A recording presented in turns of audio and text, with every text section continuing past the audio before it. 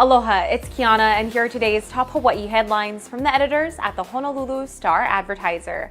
Also, huge mahalo to Longs Drugs Hawaii for sponsoring the show. Head on over to your nearest Longs Drugs for all your shopping needs.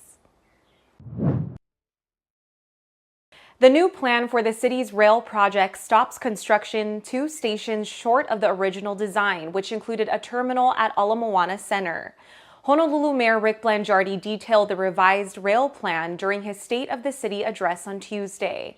The Honolulu Authority for Rapid Transportation's updated recovery plan includes 19 stations and 18.75 miles of track that end at a Civic Center station in Kaka'ako.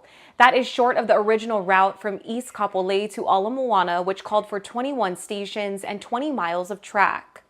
The proposal must be approved by HART's Board of Directors, the City Council, and the Federal Transit Administration. Under the recovery plan, HART fulfills its federal obligation and will receive a final $744 million in funding from the FTA.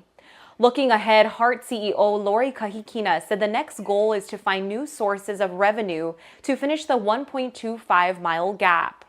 Construction costs to get to Ala Moana are estimated at $11.1 billion with a $1.3 billion deficit.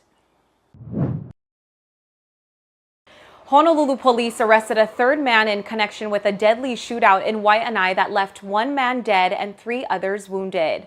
Officers arrested a suspect identified as 45-year-old James Willa Lee near the intersection of Pa'akea and Hakimo Roads Tuesday night. About 2 weeks ago, a resident at a Pokaikuahivi Place home reported that thieves broke into his vehicle and stole cash and a firearm. The 53-year-old man reportedly found the 3 men responsible and contacted them to discuss the return of the gun. The 3 men arrived at the Pokaikuahivi Place home in an SUV Tuesday morning. A suspect in his 30s shot at the resident, grazing his head. The man retreated into his house, grabbed a gun, and shot back, killing the gunman. Another man who works for the resident attempted to render aid to the fatally wounded gunman, but was shot by a second suspect identified as Christopher Tate Broom. Broom got into the SUV and tried to flee the scene with Lee, but was critically wounded when the resident shot at the vehicle. Interim Honolulu Police Chief Roddy Vanek has ended his candidacy to serve as the city's 12th police chief. Vanek was one of 7 candidates for the job to pull his name from consideration. The decision came ahead after a written examination scheduled for Thursday. Earlier this week, Vanek reportedly told colleagues and HPD's leadership team that he was withdrawing his name for personal reasons. He was scheduled to take questions from the Honolulu Police Commission today.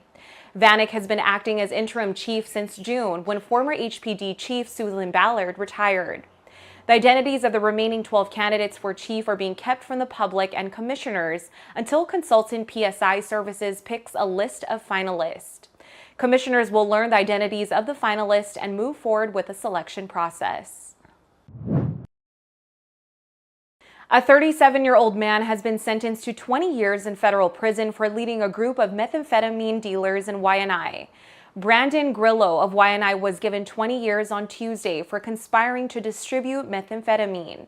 A consecutive 5-year sentence was also handed down for possessing a gun while selling drugs. Grillo has been in federal custody since his arrest in August 2020 and will face 5 years of probation upon completing his prison sentence. The U.S. Drug Enforcement Administration and the Honolulu Police Department recruited a confidential informant and used an undercover officer to buy meth from Grillo and his crew on 5 separate occasions. In April 2020, DEA and HPD searched 2 Waianae residences used by Grillo's group and seized methamphetamine, 2 firearms, more than 300 rounds of ammunition, and $6,500 in cash. Another $10,000 in cash was found in a safety deposit box.